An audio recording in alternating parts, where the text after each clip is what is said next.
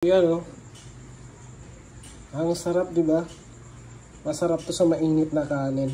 Usually, nagluluto si mama nito pag nasa farm kami. Nagtatanim ng mais. Nagtatanim ng mga crops namin. Ito yung mga lunch na siniserve namin sa mga tao. Napaka-special nito. It brings back the memories. Let's try. First bite. Do you get that? Bismillah.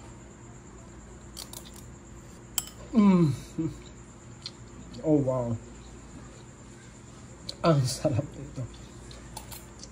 Teka, mas masarap sa kanin. Kuha ito yung kanin. Eto, umuusok pa talaga. No?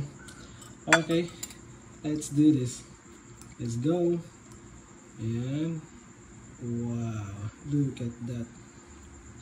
Pag kinain nyo to guys, sigurado magugustuhan nyo.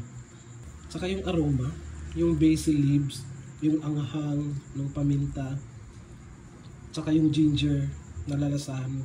Alright? Another bite. Bismillah. With rice. Woo! Wow. Ang sarap. Another one. Bismillah.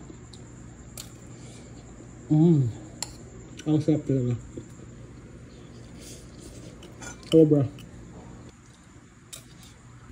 Wow, the best. Subukan nyo. Sundin nyo lang yung recipe. Makikita nyo naman sa video. Okay. Another last bite.